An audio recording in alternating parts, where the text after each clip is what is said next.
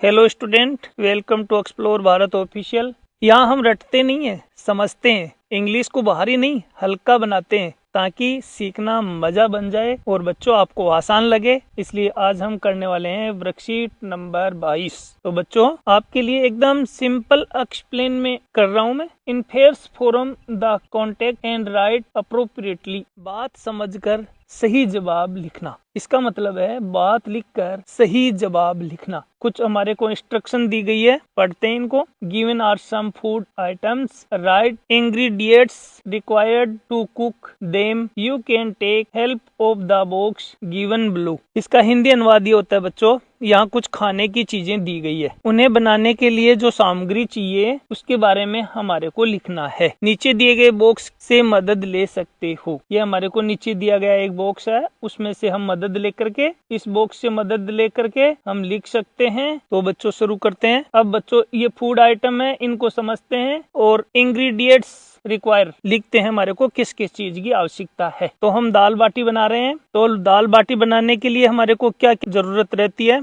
उनका नाम लिख रहे हैं। व्हाइट फ्लोर का मतलब होता है बच्चों गेहूं या गेहूं का आटा। दाल, घी, साल्ट का मतलब होता है नमक, वाटर यानी होता है बच्चों पानी। तो ये चीजों की हमारे को आवश्यकता रहती है दाल बाटी बनाते हैं। तो गेहूं का आटा, दाल, घी, नमक और पानी। अब देखो बच्चों दूसरे आइटम नंबर पे है खीर। जब हम खीर बनाते हैं तो हमारे को जरूरत रहती है राइस, मिल्क, शुगर, आलमंड और नट्स, मतलब चावल, दूध, चीनी, बादाम और मेवे की जरूरत रहती है। नट्स यानी मेवे। जब हम चूरमा बनाते हैं तो हमारे को किस किस चीज की जरूरत रहती है? व्हाइट फ्लोर, घी, शुगर और जेगरी, गेहूं का आटा, घी, चीनी और गुड़। और जैसे हम रोटी बनाते हैं तो रोटी के लिए हमारे को आटा, वाटर और साल्ट, आटा, पानी और नमक की जरूरत रहती है। सब्जी के लिए oil, potato, peas, cabbage, salt, turmeric, cumin, chilli powder. तो हम सब्जी बनाते हैं उसके लिए हमारे को तेल, पोटैटो यानी आलू, पीज यानी मटर,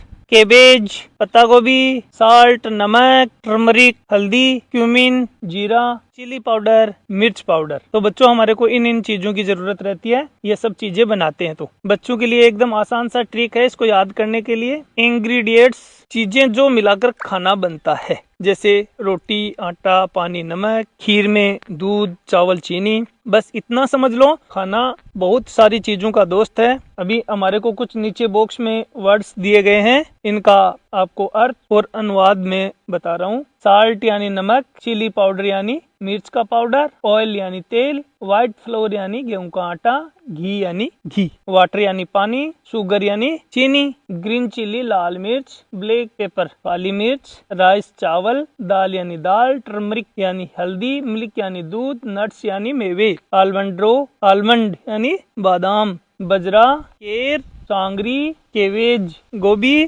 पत्ता गोभी होती है ना उसके लिए केबेज, पोटैटो आलू, पीज यानी मटर, क्यूमीन जीरा, कोरिंडेर गार्गिक यानी लहसुन।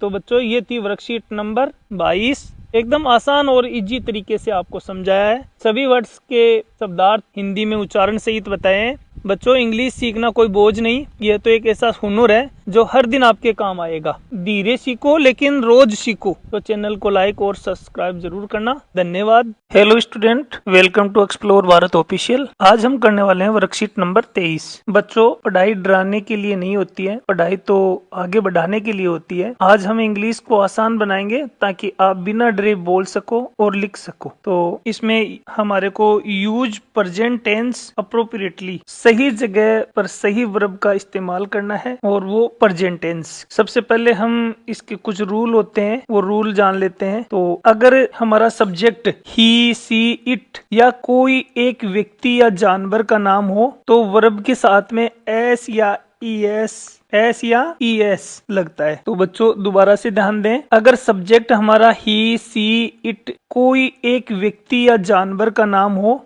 तो वर्ब के साथ, ये वर्ब होती है, इस वर्ब के साथ एस या ईएस लगता है। ये हमेशा ध्यान रखना है। अगर हमारा सब्जेक्ट नीचे देखो क्वेश्चन नंबर 4 में वी हो, I we you they, I we you they, दो या दो से ज्यादा लोग हो तो वर्ब एक साधारण रूप में ही रहती है। वो वर्ब में एस या ईएस नहीं लगता है, वो एक साधारण रूप में जैसी थी वैसी ही रहती है। तो इस बात का हमारे को एकदम ध्यान रखना है। दोनों रूल के आधार पे ही पूरे सेंटेंस बनेंगे ये। अब हर वाक्य को पूरा समझते हैं। देखो, fill in the blanks by choosing the correct verb. कुछ हमारे को रिक्त स्थान दिए गए हैं जिनमें हमारे को सही वर्ब लिखना है। तो शुरू करते हैं। संख्या 1 काऊ, तो मैंने आपको बताया था ही सी इट और कोई जानवर का नाम हो तो उसके आगे हम क्या लगाएंगे, एस या ई एस। तो इसके लिए गिव्स, सही वर्ब क्या होगी, गिव्स अस मिल्क। प्रश्न संख्या 2 माई मदर, तो अकेली मदर काम कर रही है यहाँ पर, तो कुक्स, इसमें भी एस या ई एस लगेगा। Food in the kitchen. प्रश्न संख्या 3 द टाइगर लिव्स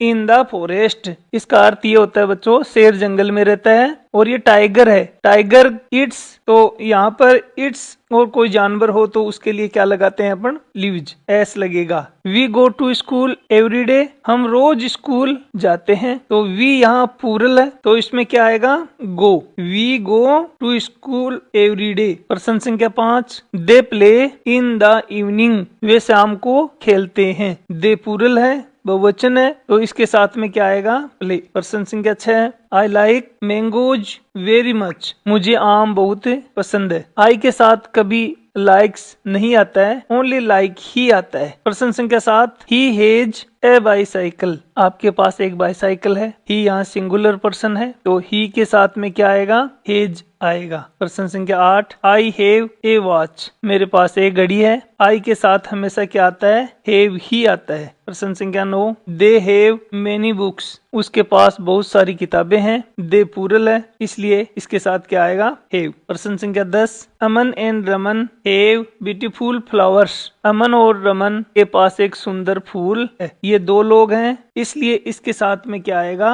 हैव। छोटा सा याद रखने का फार्मूला है, ही सी इट के साथ एस या ई एस का प्रयोग करते हुए गिव्स, कुक्स, लिव्स, हेज। और आई वी यू दे के साथ एस या ई एस नहीं आएगा, वर्ब जैसा है वैसा का वैसा ही लिखा जाएगा। Gives, cook, live, have. Normal verb लिखा जाएगा। अगर नाम में एक है तो वर्ब में एस, अगर नाम में दो या दो से ज्यादा है तो वर्ब एकदम सिंपल सामान्य जैसा है वैसा ही लिखा जाएगा। तो बच्चों ये था आज का कार्यपत्रक जिसको हमने आसान तरीके से आपको समझाया। 2 रूल हैं, इनको आप याद करके रखो। बच्चों गलती करना गलत नहीं, सीखना छोड़ देना गलत है। आज थोड़ा समझ आए, कल और अच्छा आएगा, लेकिन रोज करते रहना। तो बच्चों आपको ये वर्कशीट आसान तरीके से समझ में आई और अच्छी लगी तो हमारे चैनल को लाइक और सब्सक्राइब जरूर करना। धन्यवाद। इससे हमारे को मोटिवेशन मिलता है बच्चों। हेलो स्टूडेंट, आज हम करने वाले हैं वर्कशीट नंबर 24। बच्चों पढ़ाई कोई बोझ नहीं है, पढ़ाई तो आपके सपनों की सीढ़ी है। आज हम इंग्लिश को आसान बनाएंगे ताकि हर बच्चा कॉन्फिडेंस से पढ़ सके। यह आपके लिए थोड़ा सा मोटिवेशन था बच्चों। और शुरू करते हैं हम। Reads texts with comprehension, identifies main idea and sequence events. इसका अर्थ ये होता है बच्चों पढ़कर समझना और घटनाओं को सही क्रम में लगाना। तो बच्चों लाइन बाय लाइन उच्चारण सहित हम इसे पढ़ते हैं। तो शुरू करते हैं worksheet number 24। Read the paragraph and put the events in the order as these happened in it. Planting flowers, to plant a flower garden, I weed the flower bed first. तो इसका सीधा सा अर्थ ये होगा बच्चों फूलों का बगीचा लगाने के लिए मैं सबसे पहले क्यारी से घास निकालता हूँ। Then I rake the soil to loosen it. इसका अर्थ ये होगा मिट्टी को ढीला करने के लिए या उसको उपजाऊ करने के लिए कुदाली से पलटता हूँ। Next I dig little holes for the bulbs. फिर मैं बल्ब लगाने के लिए छोटे छोटे गड्ढे खोदता हूँ। Then I put the bulbs into the holes.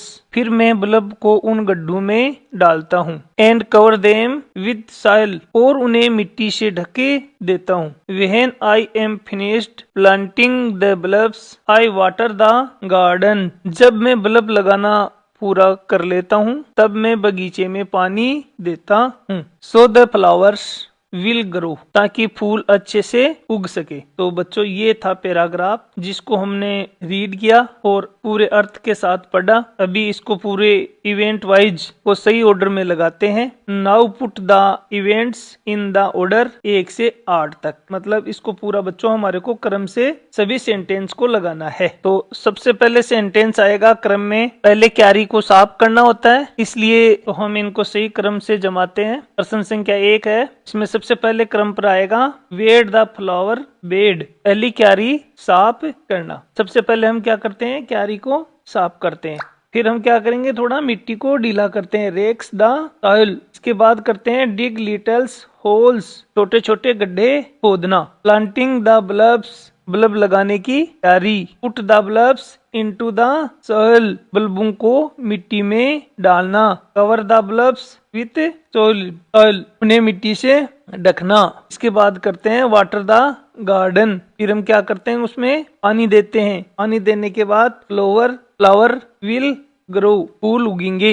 इस प्रकार से हमने इसको क्रम में जमा दिया। आपके लिए इस तरीके के वाक्यों के लिए बच्चों एक आसान सी ट्रिक है। सबसे पहले सफाई, फिर मिट्टी की तैयारी, फिर गड्ढे, फिर बीज या बल्ब, फिर ढकना उनको, फिर पानी देना, फिर उनपे क्या होगा, फूल। बस यही है पूरी कहानी, इसमें कुछ और नहीं बच्चों। ठीक है बच्चों, हर बीज को समय लगता है उगने में, हर बच्चे को समय लगता है सीखने में। धीरे धीरे पढ़ो, मजे से सीखो, लेकिन पढ़ना मत छोड़ो, हमेशा कुछ ना कुछ सीखते रहो। तो बच्चों आज हमने वर्कशीट नंबर 24 को एकदम आसान तरीके से समझा, और आपको अच्छी लगी तो वीडियो को लाइक और सब्सक्राइब जरूर करना। मिलते हैं अगली वर्कशीट में। धन्यवाद बच्चों।